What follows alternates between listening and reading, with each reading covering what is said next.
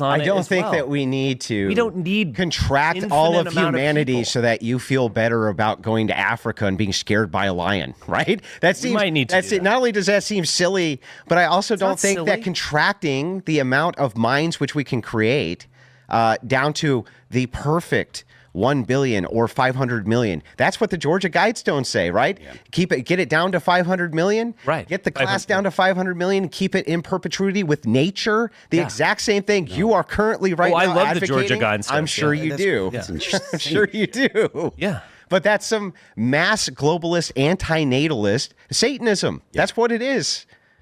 I mean, I'm not so sure about the Satanism. Well, part, I'm but pretty sure that an antinatalist policy in and of itself requires abortion. It requires prophylactic contraception. It requires all of this. It's a pretty satanic agenda, I must admit. An antinatalist agenda, to me, is satanic. No two ways about it. There is a carrying capacity of the planet. I mean, would you not admit this? I mean, I don't think that even if we haven't the threshold reached of it, what that is, and we're not the problem. We're not facing the problem right now of what happens if we go to wherever this arbitrary capacity that you have no idea what it is. We're facing the opposite problem. And we know what that looks like. Right, but that is a huge problem. I mean, think about Gen Z as a sort of kind of like terminal generation. So I am used to hearing stories about what's wrong with the kids these days. The 60s kids, the boomers, shocked their parents in terms of their free love and all sorts of other things. They were having more sex. I remember when I was growing up, it was all about teen pregnancy. What's going on with teenagers? They're doing drugs, they're having sex, they're pregnant, et cetera, et cetera. Now the issue is fundamentally different. It is these Zoomers are almost pushing towards the end. There wasn't even a baby boom during COVID. We were literally, like you talk about propaganda, people were literally trapped in a confined space and they didn't have sex. You have to be trapped in a confined space with a woman to have sex with her, though. And that's the disconnect, right? The nihilism, which is leading to everything from incels to not wanting to have a relationship until you're in your 30s, until you feel like you're set, right? So people in their 20s, that's the fertility years. They're not even bothering. Let me, I pulled up Google Maps, and this really fascinated me a long time ago when I was looking at it. And you can see all this beautiful lush green and the mountains and all that stuff. Yeah. The fascinating thing about this is this strip right here, Appalachia, it's dark green. Those are trees. When you zoom in, what do you find? You find mountains. It's not really great farming territory. The reason West Virginia is an East Coast state but is sparsely populated is because the mountains were too difficult for people to move through. Yeah. Now, if you move over here, here's a fascinating thing. All of the light green, all of it is farms. Right. Yep. That is, to me, insane. I didn't realize just how much. And look, we zoom in. All farms. Yes. Absolutely ridiculous. It's all farming. Yeah, we're a mass exporter of food. And that is absolutely crazy to me.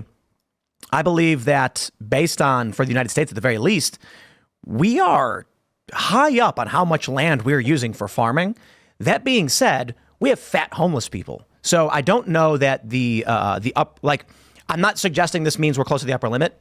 I think it means more so we have a cultural imbalance in that we produce tremendous resources, and then we have people who don't utilize them properly. So the waste of the energy produced is massive. Well, I think that the homeless people are getting fat on chocolate bars and Cheez-Its, not on ears of corn and tomatoes grown. They are getting fat on ears of corn, actually. That corn syrup is you get my point. I get your point. Right? And corn syrup, heavy in sugar, all this type of thing. But what I'm saying is they're not getting fat on tomatoes grown in the Midwest. They're not getting fat on the crops in the Midwest. Most of the United States is uninhabited. Most of it.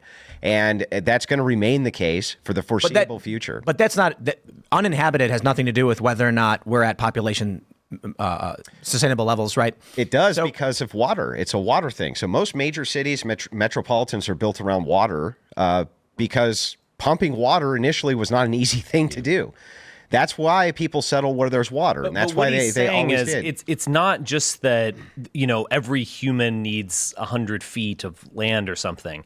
It's like we have it's gone now. But we have a massive system of agricultural production. You can't just things are going to radically change if you put a billion people in the center of the country like that. Like, you cannot have those farms anymore, and so on. So if there's 10 million more people in Phoenix, Arizona, is that even possible? Or are you going to have massive water shortages just due to geography and climate? Yeah, so but there are limits to these things. I get it. But what happens is this instead, and let's take China, because I have a great example that I can kind of give you.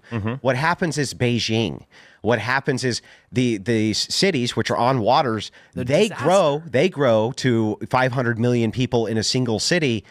They don't all move out to the middle of the countryside where the farmland is. That's horrible. Why would we want I think that? it is horrible, but it's the thing. That's the direct consequence of what you're saying. No. The consequence of me saying let's at least sustain what we have. At least sustain what we have is not a consequence of, now there's 50 billion people on planet Earth, and there's cities in the United States with 10 billion people. Real quick, there's about 900 million acres of farmland in the United States, estimate.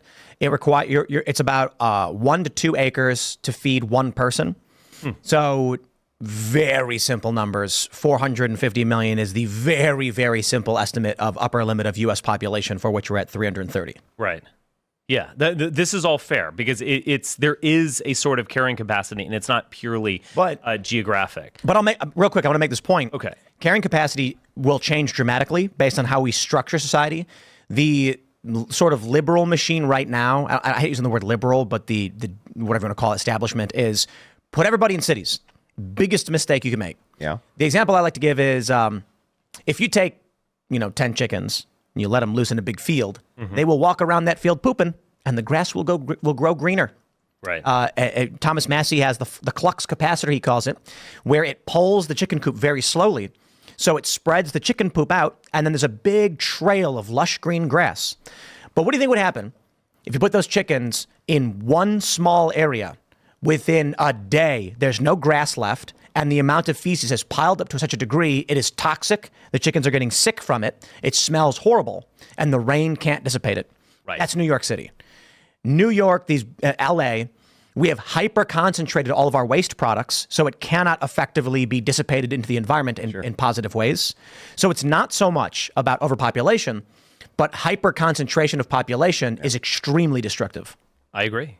The suburbs are also very ineffective. But I'm not sure though what that would have to do with a pro-natalist policy. No, hold on. Exactly. We got to have lots of babies. This is my argument. Yeah, sure. This is my argument. Look, I'm gonna give you a charitable interpretation of what you're saying because I think you can make it uncharitable. Well, hold on, no, because I think some cases, Andrew, I think you're almost like trying to disagree with me so that we can get more fireworks or whatever. And I didn't come to a debate to be your buddy. I understand. I didn't come here to make friends. I didn't come here to make friends. Anyway, go ahead. Okay. So what you're saying basically is you want to maintain America as it is with family homes, kids in the playgrounds, playing baseball. Well, I would like to see at least the kids in the playground thing. Exactly. Right. I haven't seen that in a while. Yeah. That's what you want, right? There is, and I totally resonate with that as well. There is an overwhelming secular urge, and it's extremely intense among Zoomers towards anti-fertility. Yeah, no. And so I guess what I'm saying is I understand that. I love that too. But might there be a silver lining towards the sort of bottleneck that we're all experiencing? Because what we're breeding, it's not just religion. We're also breeding sort of antisocial behavior to some degree. And that's actually, an equivocal matter. Yeah, but how would you become more social with less people? Because it's the people who are passing the shit test who are having sex. Now, that could be a multimillionaire who has a great home and 4 kids, Gavin Newsom style kind of thing. I think it's just hypergamy. Or it could be a lot of, to be brutally frank here, a lot of kind of dumb people who don't give a fuck. They don't have enough foresight to put on a condom, etc. They're just kind of producing this, and there's a tremendous amount of social dysfunction involved in the people who have high birth rates. It's actually the middle. The top, say, 2 to 9% are reproducing themselves. The bottom, like 40%, are also reproducing themselves. It's the middle that is, those dinks are middle class. The top percentage also not reproducing much. They actually are. Not much. I know, but they are reproducing themselves a little bit more. If you're super wealthy and stuff like that, you are likely to have children. The bottom are reproducing themselves, and it's actually dysfunctional. And we also have this kind of issue of the Zoomers not even having sex, the amount of virgins that we have. So we're in this bottleneck. Only a few people are going to survive.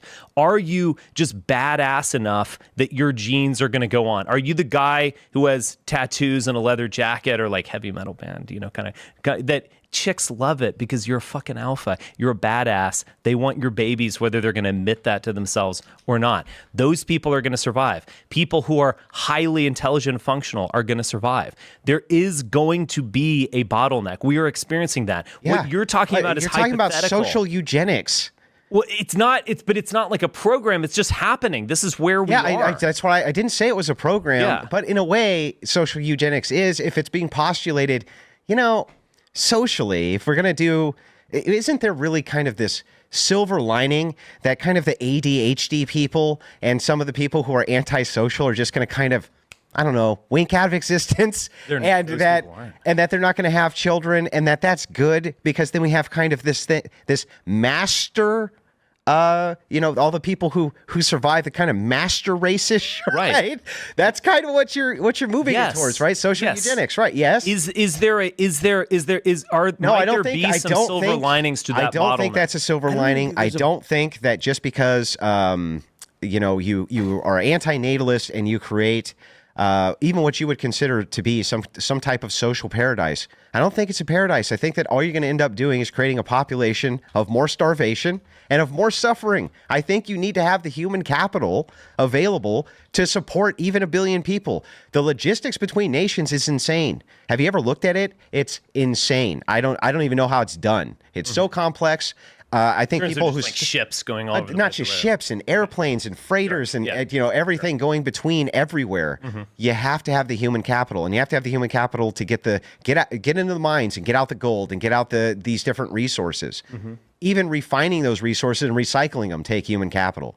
It's not scalable. The reason it's not scalable is because you don't increase labor by double by having 2 people. You increase it 4 times, 5 times, just by having a second person. Yep. So yes, labor multiplied by people, we need it. And we need it in a big way. I don't know that going back to not 1 billion people, 900 million, is necessarily going to make for this kind of utopia. I don't think it will. It's cultural. Yeah. It's if you had 100,000 individuals that were born into this culture of like Spartan-esque warrior and scientific values, you'd probably become a spacefaring nation very quickly, as opposed to 1 billion people who just want to eat Cheez-Its and, exactly. There are 1 billion Africans. Are they getting more productive? I mean, it's about quality and not quantity. I'm not saying that. I will say, though. I'm not saying that there's no cultural I think prism. that is, we're going to get into the race thing, but I think that's an overgeneralization. But that's really weird, because Nairobi, for instance, actually has a tremendous technological research hub. Well, not only that, but what I don't get about this is like, sure, okay, there's a cultural prism. If you had 100,000 Spartans, right, they're going to do way better than 100 million Africans or something. Fine, I'll concede that. But why wouldn't 500,000 Spartans do better? That is what I don't understand. We get or 1 million because Spartans do better. You live on this planet, and you can't just pick and choose. Like, I could argue that you're saying the productivity argument, if you have 4, that's not 4 times better. It's like 16. Yeah, it's like 24 times better. I'll grant it to you. I could also say with dysfunctional people, it's like 16 times worse. Like, no. Well, dysfunctional, it depends on the type of dysfunction. But the thing is, for basic labor, you don't need to have. Here's the other thing that people always forget. People with really high IQs, they're fucking dysfunctional. I agree They with are that. super dysfunctional. They have agree with tons of mental illness. They have tons of They want to be huge evaluated. problems. This is actually true. A direct correlation: the higher the IQ, the more likely they're mentally ill. Yeah, That's they suffer crazy. from massive depression, and the chances are it's going to be genetic to their children. They're spreading the type of social unease you're talking about with ADHD and depression and this type of thing. Why don't you start with the high IQ people? I They have it worse than anyone. The be all end all is wrong. It's Absolutely. straight Of up course it is. wrong. Of course it is. There's this really funny meme of income by IQ chart, and it shows IQ or income is on the left and IQ is on the bottom, and it slowly goes up. The higher the IQ, the higher the income. But there's one person with an IQ at 75 who makes the highest. It's like 1.4 million per year, and people are like, damn, I gotta figure out what that is. And it's like, oh, he's a professional athlete. I'm not trying to be a dick to professional athletes. Right. But you got a really dumb guy who can triple backflip, and he's slamming every dunk and he's making every touchdown pass. Yeah. I mean, you can become successful, powerful, wealthy, and IQ doesn't guarantee that. Persistence does. But ultimately, though, I think the issue is, for me, I don't care about where you're from, what you do. It's about productivity. Yeah. So, you mentioned Africa, for instance. It's managerial power. So you need people who can carry bricks. You need people who can solve math. I don't care where that comes from or who can do it. What your background is, just do the job. So in the United States, the problem we have is people have brought this point up in China. They ask a child, what do you want to be when you grow up? They say astronaut. You ask an American kid, they say influencer. Influencers don't do anything.